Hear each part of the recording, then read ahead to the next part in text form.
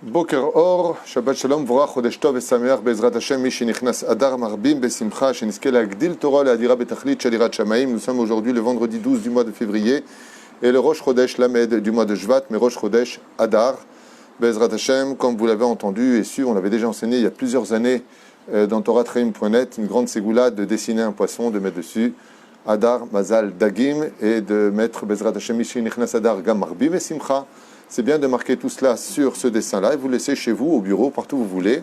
Et à ce qui paraît, c'est une ségoula que j'avais appris il y a plusieurs années pour avoir, Bezrat Hashem, tout ce que vous demanderez, une bonne santé, une bonne parnassa, un bon zivoug, Bezrat Hashem, car le poisson est caché dans l'eau. Donc l'eau représente la pureté, cachée, anti-ainara. Quand on a ce srout d'avoir de la pureté et d'être de qui plus est protégé de l'Aïnara, il n'y a plus aucune raison pour que les choses ne se passent pas bien dans ce monde.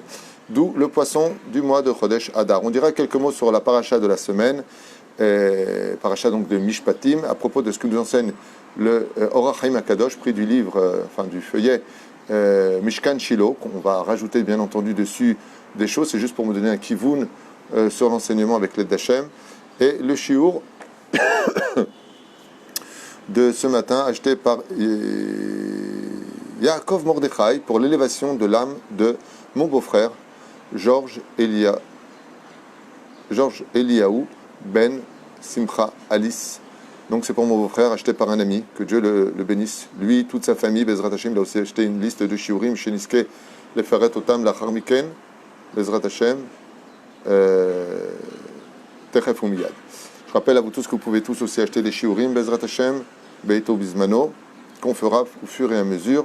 On pensera aussi à l'élévation de l'âme chez le Kol Mete Israël, ou Bichlalam Shalem Betfin, Jadoni Simchabat, Lola Tzipora Zilman, Bad Deligman, Levi Sidney, Yehuda, Ben Eliaou, Saya, Gérard Grul, Ikaron, Chaim, Yosef Ben Esser, Yosef Ben Rachel, Ugetshira Bat, Chayabat Yvon Mesaouda, Ira Matzibra Zerbi, Michel, Simchabat Esther, David Eli, Baruch, Ben Marcel Michal, Sarah Bat Hanina. L'élève Elfei Avdanim, une grande réfouach lema, Achlama Meira Sofit, pour Kol Chol Israël Bechol Ata V'Ata Ubichlalam, Moratim Yagdosha V'Taura Saratel Batefat Miriam Yanai Ben Esther Haï Inon Ben Jessica Fleurette Aviva René Mahlouf Ben Sarah Mishpachat Ben Moussa Aaron Ben Esther Sangel Chaya Ruchama Esther Bat Rivka Ufren Julo Ben Yasmin Yadan Achlama Meira Veitam Kol Chol Israël Bechol Atar V'Atar Shakadol Baruch Hu Ishlach Lahem Rak Ve'ach réfouach lema, Achlama Meira Be'ezrat Hashem Bechol Esher Ifnu Yaskilu Ve'yatzlichu Bezrat Hashem Yitbarach. On commence avec un mamar extraordinaire du Orach Chaim HaKadosh à propos de la phrase Ve'ele Mishpatim Asher Tasim Lifnehem, comme on l'a expliqué, que voici les lois donc que tu mettras devant eux, les lois qui comprennent la vie sociale de chacun de nous, comme on en a déjà parlé dans plusieurs shiurim. Et là, le Orach Chaim HaKadosh, Rabbi Chaim Ben Ater, il dit Ve'ele Mishpatim Asher Tilmad Otam. Normalement, on dit le Orach Chaim HaKadosh, Tassim Lifnehem, voici les lois que tu mettras devant eux. Pas devant eux, que tu leur enseigneras. Quand on parle d'enseigner des lois, on parle d'enseigner des lois, pas de mettre devant eux des lois. Alors, on avait déjà donné l'explication hier dans un shiur en disant Tassim Lifnehem Velo Lifneu Mot Haolam, le fait d'être un juif ne se différencie pas simplement de l'appartenance de la descendance d'Abraham, Yitzhak et Yaakov, d'une kippa, des tzitzit, de la brit mila, de manger kasher, de faire la nida, de respecter le Shabbat, et ainsi de suite. Le fait d'être juif concerne la vie de chaque journée de notre vie, dans le travail, dans le social, dans l'éducation, dans tous les domaines. Tassim lifnehem velo lifneu mot haolam, c'est-à-dire que nous avons nos propres lois à nous. Nous n'avons pas besoin d'aller selon la loi des non-juifs, qui est très bien pour eux, mais nous, en tant que juifs, nous avons nos lois à nous. Même si on se doit de respecter, par exemple, en France, la République Mishum Dina de Malchuta Dina, on se doit de respecter le pays dans lequel on vit.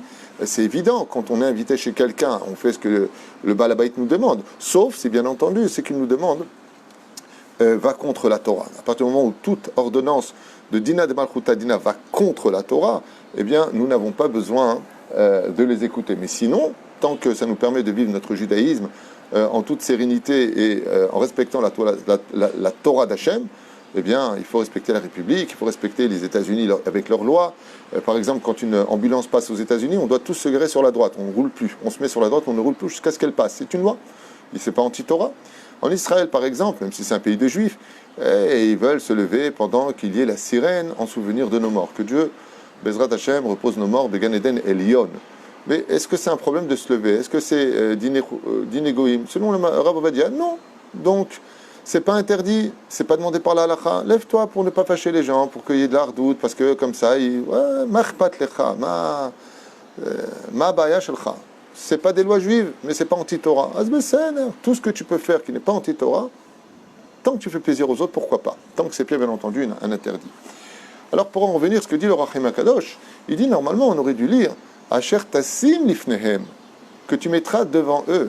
Et il dit, et là, Yeshiva Tzadik, donc il nous dit comme ça, She'ada Kadosh Baruch Hu, Shebesha, Shemoshe Yomar Laem Hayav Adam, Leshacher et Avdo, à Ivri, Ka'avor Shesh Shanim, Miyom Kinyatno. Mais la personne, à propos de Tashim Lifnehem, à propos du serviteur que le patron va obtenir, il va payer, il va investir, pendant 6 années il va s'habituer à lui, quand il connaîtra absolument tous les secrets de la maison, qui sera enfin maintenant au summum, ça fait déjà 6 ans qu'il travaille chez moi, on lui dit maintenant tu le libères. Comme ça je le libère. On lui dit Tassim lifnehem, misez lifnehem, dit le Rachim HaKadosh. Il explique et il dit, en réalité, si la relation entre un homme et son prochain est si importante aux yeux de Dieu, c'est pour plusieurs raisons. La première, comme on l'a déjà expliqué 100 fois, c'est parce que quand tu fautes vis-à-vis de Shabbat, vis-à-vis de la cacheroute, quand c'est entre toi et Dieu, tu n'es pas rentré dans la soukha, tu n'as pas fait le loulav, tu n'as pas fait le chauffard, tu n'as pas fait... C'est entre toi et Dieu. Tous les interdits entre toi et Dieu. Comme Akadosh Baruch Hu, il pardonne à Kippour.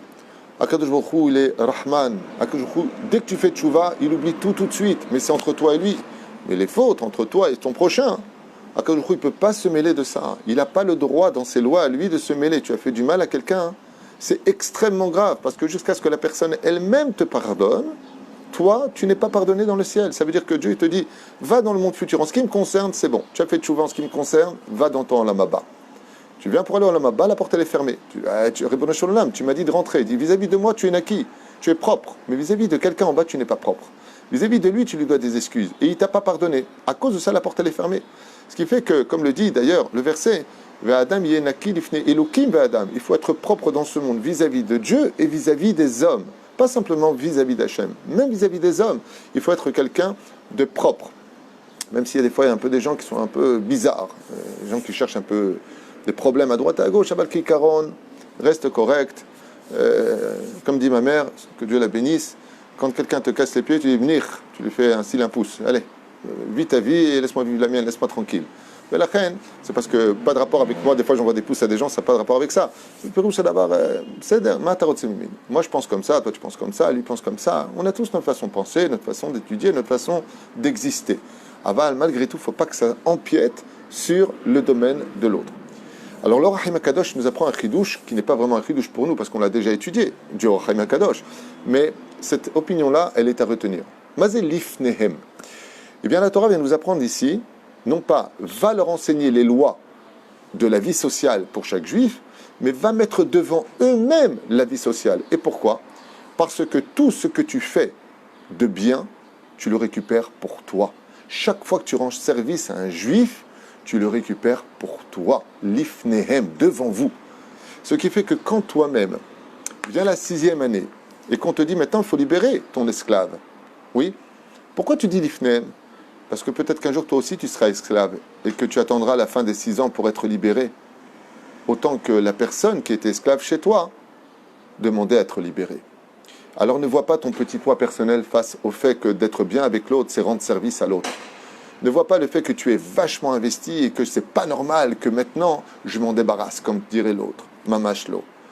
Il y a beaucoup d'histoires qui sont racontées, entre autres ici, une qui est ramenée, où un jour on raconte qu'un jeune homme était en train de nettoyer son champ. Il avait un très très très beau champ, et il y avait plein de cailloux là-bas, plein de cailloux. Qu'est-ce qu'il a fait? Il a pris ces cailloux, les a jetés sur la rue. Et là où passaient beaucoup de gens, une personne âgée qui marchait avec sa canne lui crie « Hé, jeune homme, ne jette pas tes cailloux sur la route. Ici, il y a des gens qui passent. Tu peux blesser une personne peut tomber, trébucher. » Et ce jeune homme lui dit hey, « Va te faire cuire un œuf, je fais ce que je veux, c'est pas ta rue, tu ne l'as pas acheté. » Voilà que quelques temps passent et la banque reprend ce champ. Cette personne est ruinée, peu importe. Mais en tout cas, lui reprend le champ. Maintenant, lui, désemparé, il se doit d'aller chercher maintenant un nouveau travail. et passe par cette rue-là. Il était tellement préoccupé comment maintenant se nourrir ou trouver un travail qu'il n'a pas fait attention. Il a trébuché sur une pierre qu'il a fait tomber par terre et fortement blessé au visage, aux genoux et ailleurs. Quand il a regardé cette pierre, il a reconnu la pierre que lui-même avait jetée de son propre champ. En Brim Lanou Chazal, quand tu fais du bien à une personne, tu tombes sur des fleurs. Quand tu fais du mal à une personne, ce mal que tu lui as fait, tu le récupéreras automatiquement plus tard parce que justement tu n'as pas respecté l'existence de l'autre, le kavod, le respect que tu devais avoir à une autre personne. J'ai moi-même vécu une histoire sympathique à l'époque à Netivot, où on avait reçu un ouvrier, une personne vraiment très simple, dans l'aluminium. Et Baruch Hashem, le patron qu'on avait était un patron très sympathique, un patron très agréable, un patron chaleureux. Et il donnait beaucoup de respect. Il donnait beaucoup, beaucoup de respect. Et voilà que les Milouim arrivent après un an. Et mon patron, donc, va au Milouim. Et c'était une période un peu chaude en Israël. Et il a dû s'absenter parce que sa femme avait vraiment besoin de lui pour le Shabbat Kodesh. Alors ils lui ont dit, il faut aller demander au Mefaked. Le Mefaked, c'est celui qui donne les autorisations à l'armée pour libérer même les Milouimniks. Il faut passer, même s'ils n'ont pas le même statut qu'un soldat normal, conventionnel, parce que c'est des gens qui sont mariés.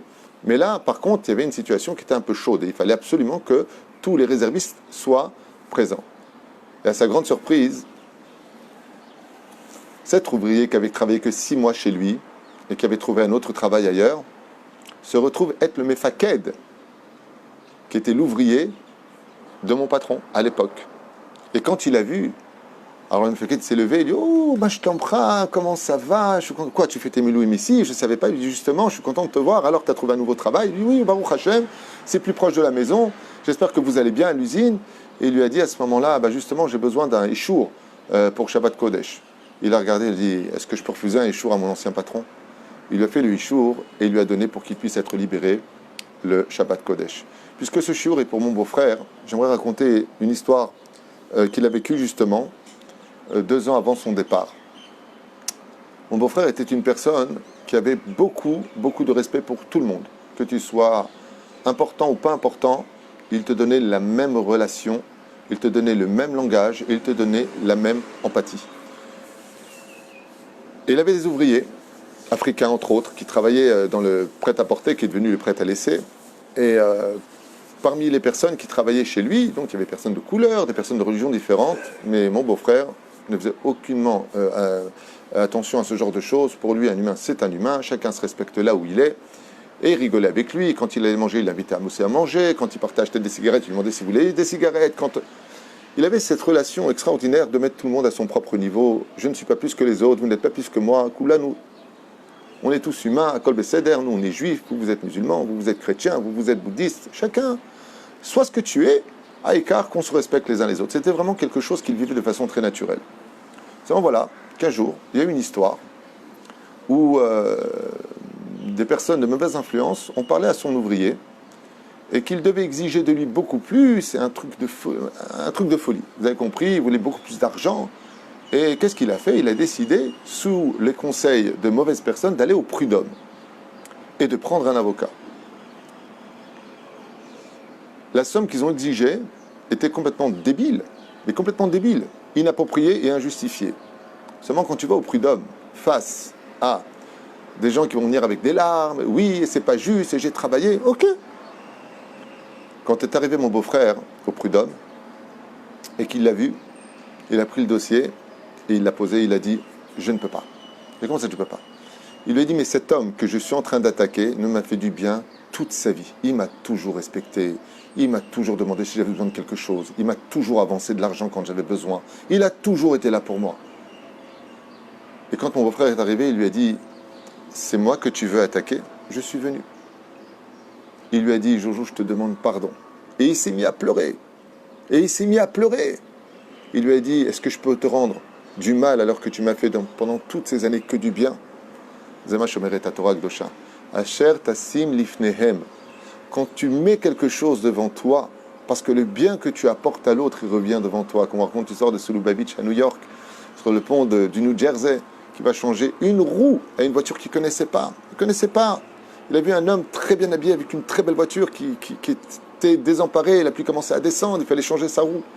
Qu'est-ce que fait ce Lubavitch? Il s'arrête derrière, il lui change la roue sans lui dire un mot, quoi que ce soit. Il prend la voiture et il s'en va. La personne note son numéro de voiture, se renseigne. Un mois plus tard, il reçoit $1 million sur son compte. Il était tombé sur un homme d'affaires extrêmement riche qui était surpris de voir un inconnu lui changer sa roue parce qu'il avait vu en porte-à-faux et qui lui a même pas demandé quoi que ce soit, qui lui a simplement fait un sourire, qui est rentré dans sa voiture et qui est parti. Tassim lifnehem, ne croyez pas que d'être bon avec les gens font des gens de nous perdants. Le bien que tu as fait, le bien que tu prodigues aux autres, retombe automatiquement dans ton camp. D'où la phrase du Rochaim, Tassim lifnehem, mets-le devant eux, et non pas telamed otam. Parce que d'enseigner, on peut enseigner des maths, on n'est pas pour autant un triangle. Mais dans la Torah, tout ce que tu fais, tout ce que tu vas faire dans ta vie, revient toujours pour toi. Tu seras toujours le gagnant. Juste finir avec cette parenthèse qui n'est pas marquée ici. Si on fait un kalvachomer, un plus forte raison, si vis-à-vis des hommes, quand je leur fais du bien, automatiquement, je le récupérais tôt ou tard, hormis la mitzvah qui a été faite de chesed que j'ai fait, donc déjà j'ai un ange, mais j'ai aussi un retour sur terre. Alors faites attention quand on fait du mal. Quand tu fais du mal à quelqu'un, c'est un boomerang qui te reviendra tôt ou tard sur le visage. Tôt ou tard, tout le mal que tu as fait, comme l'a dit Hillel Azaken, alors qu'il voyait un crâne qui gisait dans l'eau, il a dit à ses élèves, c'est parce qu'il a noyé qu'il est mort lui-même noyé. Comme il a noyé quelqu'un, tu repasses automatiquement. La vie, c'est un pont. Tu crées un pont en béton armé, tu pourras passer toi et toute ta famille autant de fois que tu veux. Tu fais tu fais de toi un personnage bon comme du béton armé. Dans toute l'histoire, tu passeras toi et toute ta descendance dessus.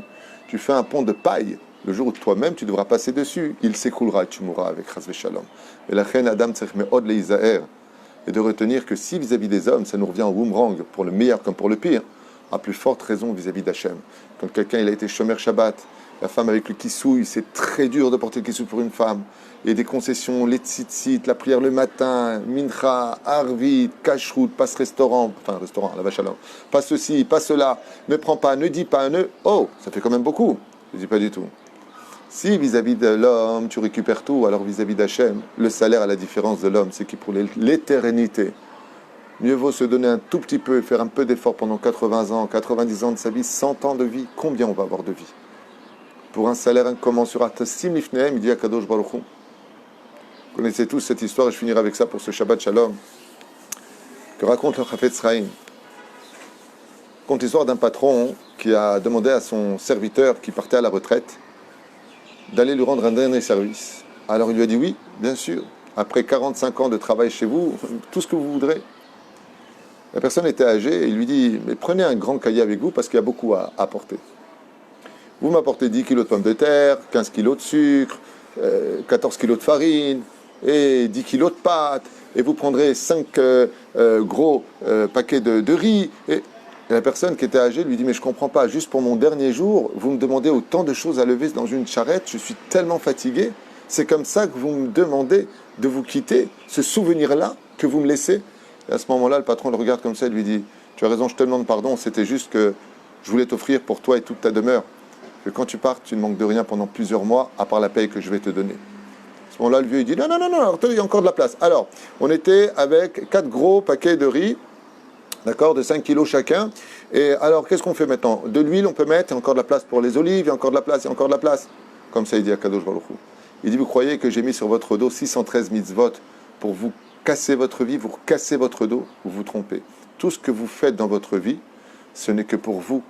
Dans votre monde futur, quand vous l'emmènerez avec vous, c'est pour vous, c'est pas pour moi. Moi, je suis Dieu, j'ai été, je suis et je serai. C'est que pour vous. Tout ce que vous travaillez dans ce monde, c'est pas pour moi.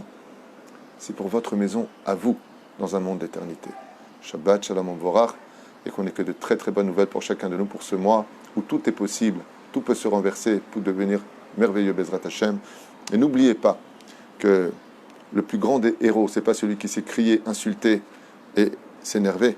Le plus grand des héros, le plus grand courage, je dirais, dans ce monde, c'est celui qui sait demander pardon. Même pour donner l'exemple, pour la plus forte raison s'il avait tort. Il faut beaucoup de courage. C'est très appréciable de voir des gens qui savent dire « Je me suis trompé, tu as raison. Mechila, c'est gamme y a fait. » Et c'est encore beaucoup plus grand que de dire à l'autre d'autres défauts pour esquiver ses excuses et vivre toute sa vie dans le déni et l'ignorance de la vérité. Shabbat Shalom.